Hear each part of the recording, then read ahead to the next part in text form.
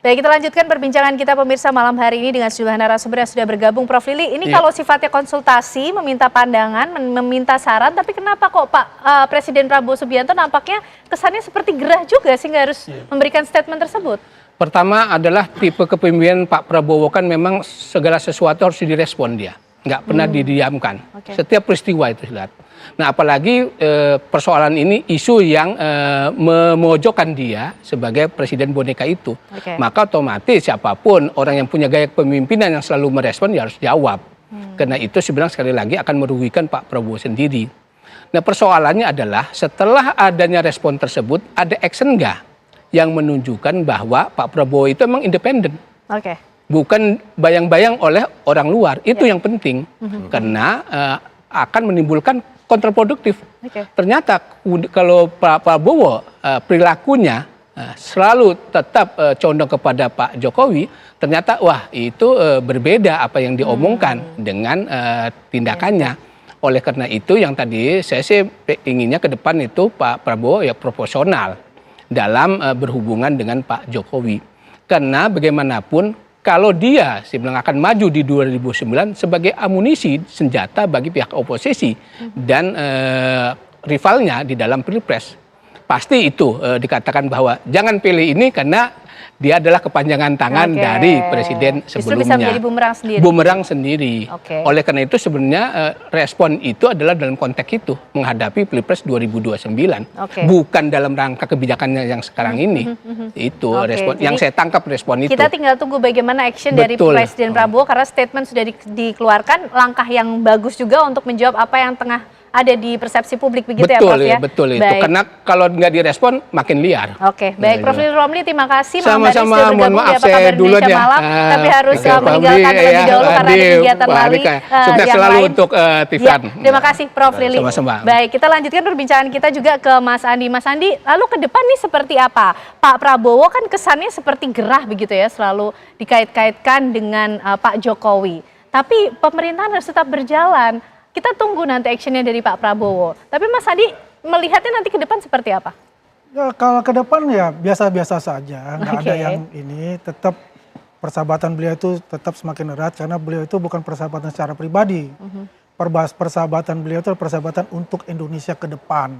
Itu yang paling utama yang kita harus catat untuk itu. Masalah kontestasi itu masih lama. Kalau ada yang genit-genit mau ikut kontestasi, sabar-sabarlah untuk itu. Jangan diganggu lah pemerintah ini. Biarlah pemerintah ini berjalan ya. Membangun Indonesia ke depan ini. Mencapai Indonesia emas itu. Gitu.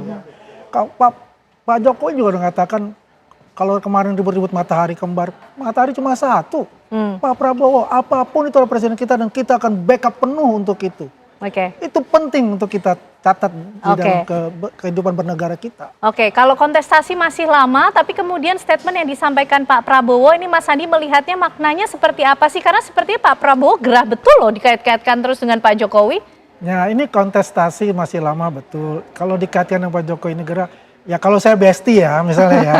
Terus bestie saya ini bener gitu loh, nggak pernah neko-neko atau apa, kok difitnah gitu. Jadi ya, sebenarnya dalam rangka menjaga hubungan baik saja begitu. Gitu loh. Beliau ini beliau ini kan negarawan, semua dia baik hubungannya. Ibu Mega dia baik hubungannya, SBY dia baik hubungannya, semua dia baik dengan hubungannya. Maka itu tadi yang saya bilang, cita-cita saya ini ada bertemu dalam satu round table untuk Presiden Club itu. Saya rasa itu semua hal-hal yang bersifat negatif ya terhadap penjagaan itu runtuh semua. Insya Allah itu akan terjadi. Karena kemudian di situ terlihat proporsionalnya tadi ya. Mas Hariko, ke depan seperti apa? Presiden Prabowo sudah menyampaikan statementnya bahwa dirinya bukanlah presiden boneka dari Joko Widodo dan Presiden Prabowo yang akan memimpin pemerintahan ke depan. Langkah-langkah dan rencana ke depan dari Pak Prabowo? Ya, pertama kalau silaturahmi Lebaran itu dianggap sebagai matahari kembar tadi ya. Nanti orang nggak mau lagi silaturahmi Lebaran, ya kan? Atau kalau berkonsultasi itu dianggap sebagai boneka, nanti orang nggak mau lagi berkonsultasi. Jadi itu hal biasa, kepala daerah berkonsultasi kepada mantan kepala daerah, itu hal yang biasa konsultasi itu. Jadi kita melihat kebijakannya saja. Sekali lagi, apa ya, kebijakan-kebijakan dari Presiden Prabowo, 28 lebih kurang kebijakan beliau selama 6 bulan ini, itu betul-betul tanpa intervensi dari pihak manapun. Oke. Contoh yang paling mudah lah, PPN lah. Mbak Ken kan nggak ngerasain kenaikan PPN kan? Ya. Nggak kan? Karena memang presiden maunya PPN itu betul-betul untuk barang dan jasa yang mewah. Presiden mengatakan saya tidak mau membebani masyarakat. Nah kemudian tadi kami sampaikan makan bergizi gratis, cek kesehatan gratis, UMP sekarang sudah 6,5%. Kemudian penghapusan kredit macet UMKM.